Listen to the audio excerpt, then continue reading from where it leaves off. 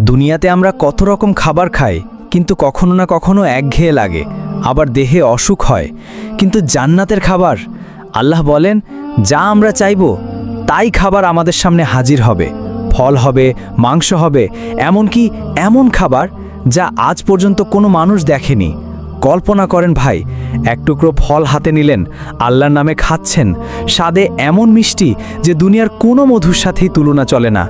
আর খাওয়ার পর কোনো বর্জ্য নেই, কোনো অসুখ নেই, কোনো ভয় নেই, শুধু সুগন্ধি ঘাম বের হবে, যা হবে মিশক বা কস্তুরীর মতো সুন্দর ঘ্রাণ।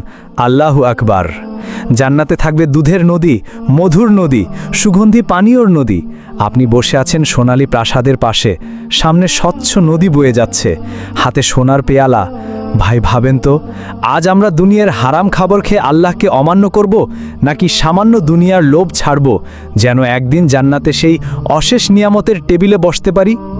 আজ ঠিক করেন ভাই, আমরা জান্নাতের খাবারের জন্যই চেষ্টা করব, দুনিয়ার খাবারের জন্য নয়।